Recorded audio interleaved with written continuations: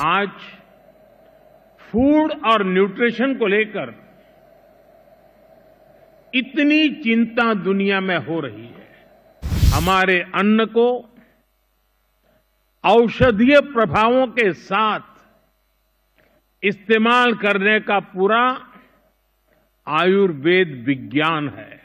PM किसान सम्मान निधि के माध्यम से एक क्लिक पर 10 करोड़ किसानों के बैंक खाते में 30 सेकंड में पैसे ट्रांसफर हो जाते हैं। भारत में हम आज भी 6 सीजन्स को ध्यान में रखते हुए सब कुछ प्लान करते हैं। हमारे यहां 15 एग्रो क्लाइमेटिक जोन्स की अपनी खासियत है।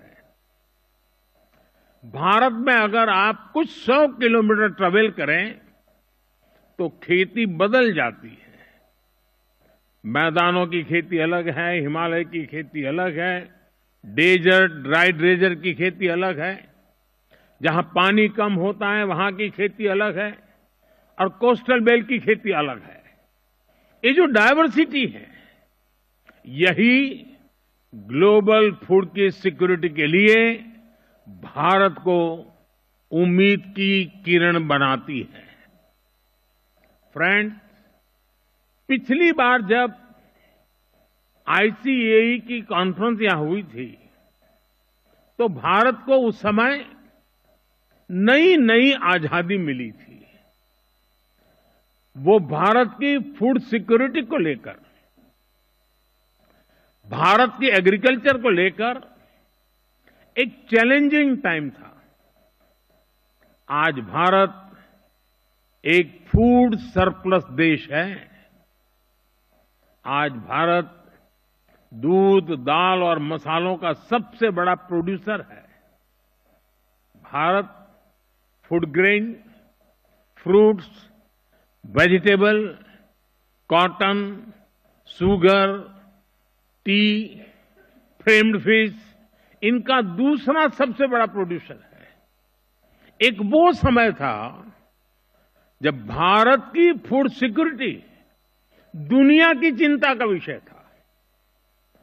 एक आज का समय है जब Bharat global food security, global nutrition security, इसके सॉल्यूशन देने में जुटा है।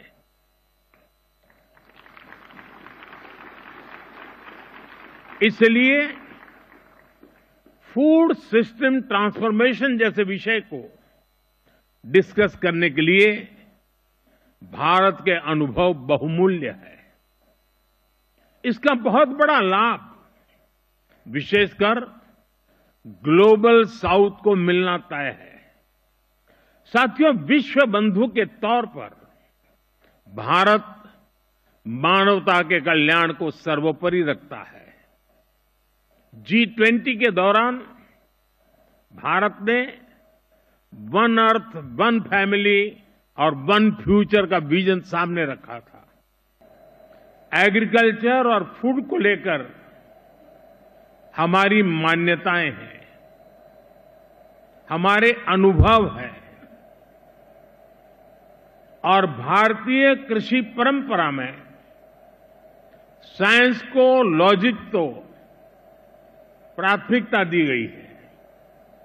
आज फूड और न्यूट्रिशन को लेकर इतनी चिंता दुनिया में हो रही है, लेकिन हजारों साल पहले हमारे ग्रंथों में कहा गया है, अन्नम ही भूतानाम ज्येष्ठम तस्मात् सर्वौषधम उच्यते।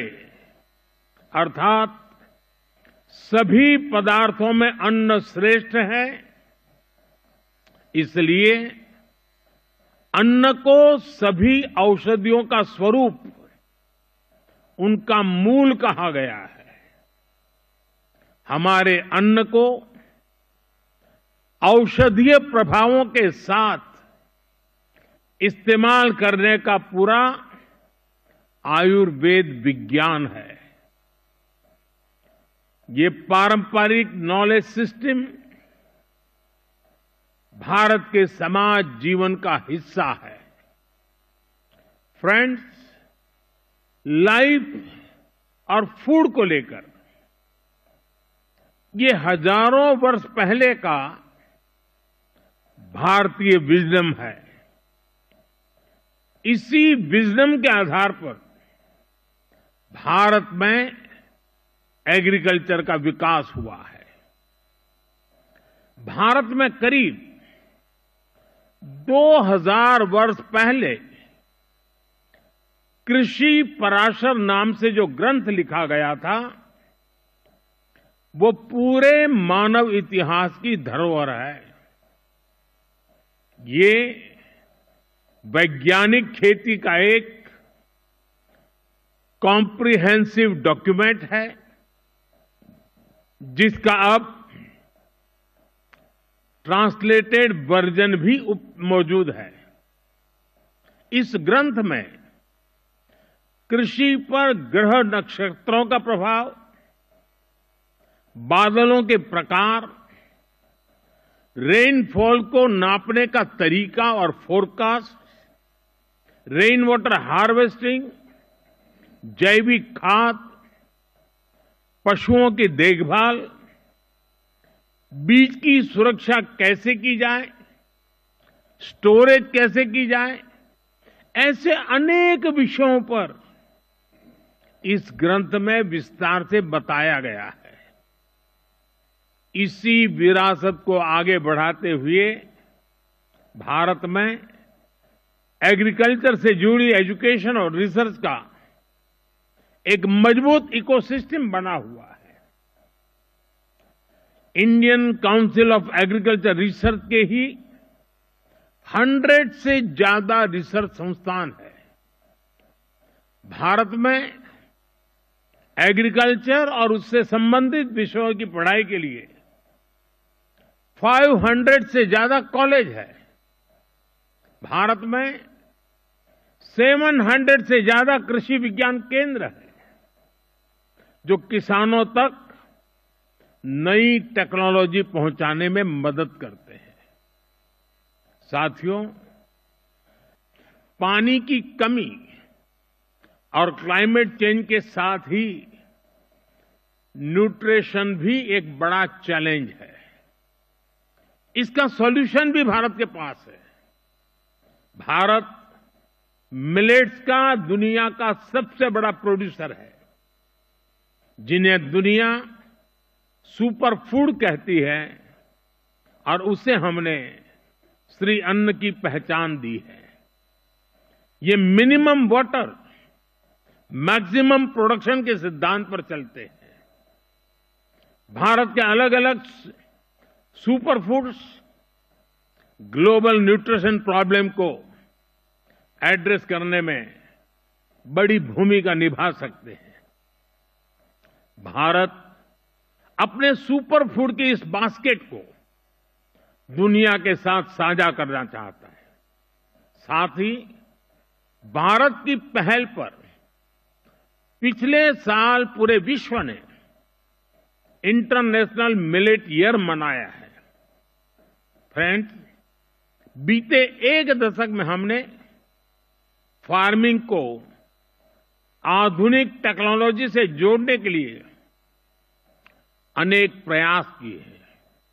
आज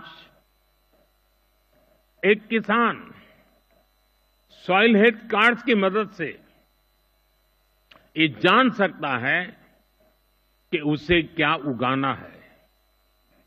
वो सोलर पावर की मदद से पंप चलाता है और वेस्टलैंड में सोलर फार्मिंग से भी कमाता है।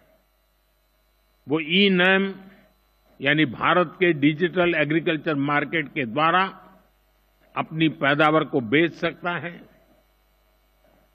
वो किसान क्रेडिट कार्ड का उपयोग करता है। वो प्रधानमंत्री फसल बीमा योजना के माध्यम से अपनी फसलों की सुरक्षा सुनिश्चित करता है।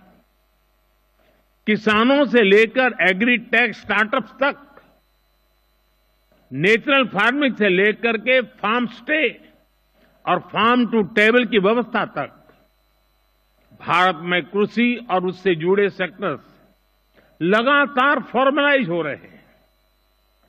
पिछले 10 वर्षों में ही 90 लाख हेक्टेयर खेती को हमने माइक्रो इरिगेशन से जोड़ा है। हमारे इथेनॉल ब्लेंडिंग प्रोग्राम से भी खेती और एनवायरमेंट दोनों को लाभ हो रहा है। हम पेट्रोल में 20% इथेनॉल ब्लेंडिंग के टारगेट की तरफ तेजी से आगे बढ़ रहे हैं। साथियों, भारत में हम एग्रीकल्चर सेक्टर में डिजिटल टेक्नोलॉजी का भरपूर इस्तेमाल कर रहे हैं। पीएम किसान सम्मान निधि के माध्यम से एक क्लिक पर 10 करोड़ किसानों के बैंक खाते में 30 सेकंड में पैसे ट्रांसफर हो जाते हैं। हम डिजिटल क्रॉप सर्वे के लिए डिजिटल पब्लिक इंफ्रास्ट्रक्चर बना रहे हैं। हमारे किसानों को रियल टाइम इंफॉर्मेशन मिलेगी और वो डेटा ड्रिवन डिसीजन ले सकेंगे। हमारी इस पहल से करोड़ों किसानों को फायदा होगा, उनकी आर्थिक स्थिति और बेहतर होगी। सरकार लैंड के डिजिटलाइजेशन का भी बहुत बड़ा अभियान चला रही है। किसानों को उनकी लैंड का एक डिजिटल आइडेंटिफिकेशन नंबर भी दिया जाएगा। ड्रोन का उपयोग भी खेती में बहुत तेजी से प्रमोट हम कर रहे हैं। ड्रोन से होने वाली खेती की कमान महिलाओं को, हमारी ड्रोन दीदियों को दी जा रही है। ये जो भी कदम है, इनसे भारत के किसानों का तो फायदा हो गया ही, इससे ग्लोबल फूड सिक्योरिटी को भी ताकत मिलेगी। फ्रेंड्स, आने वाले 5 दिनों में आप सभी यहां खुलकर चर्चा करने वाले हैं। यहां मैं बड़ी संख्या में महिलाओं की भागीदारी, युवाओं की भागीदारी देखकर अधिक प्रसन्न हो रहा हूं। आपके आइडियाज पर सबकी नजर रहेगी।